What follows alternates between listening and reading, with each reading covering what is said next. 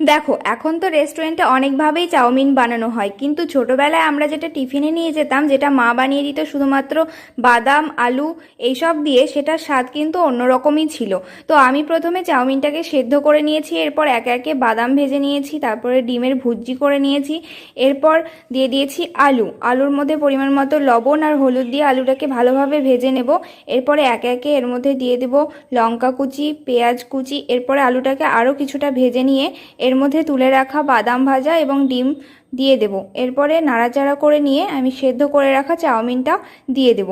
দেখো, আমাদের সময় কিন্তু এত সস টস ছিল না, তাই মা শুধু আলু ডিম এগুলো দিয়েই বানিয়ে দিত, সেটার স্বাদ কিন্তু সত্যিই অন্যরকম ছিল। তো আমার কিন্তু এখানে চাউমিনটা অলমোস্ট হয়ে গিয়েছে, এরপর আমি এর মধ্যে কিছুটা কেচাপ দিয়ে দিয়েছি। এবার নেড়ে নিলেই রেডি হয়ে গেল কিন্তু আমাদের সেই পুরোনো দিনের চাউমিন। তো আমি চাউমিনটাকে টেস্ট করে দেখি কেমন হয়েছে। তোমরা ততক্ষণ চ্যানেলটাকে সাবস্ক্রাইব করে দাও। সত্যি চাউমিনটা কিন্তু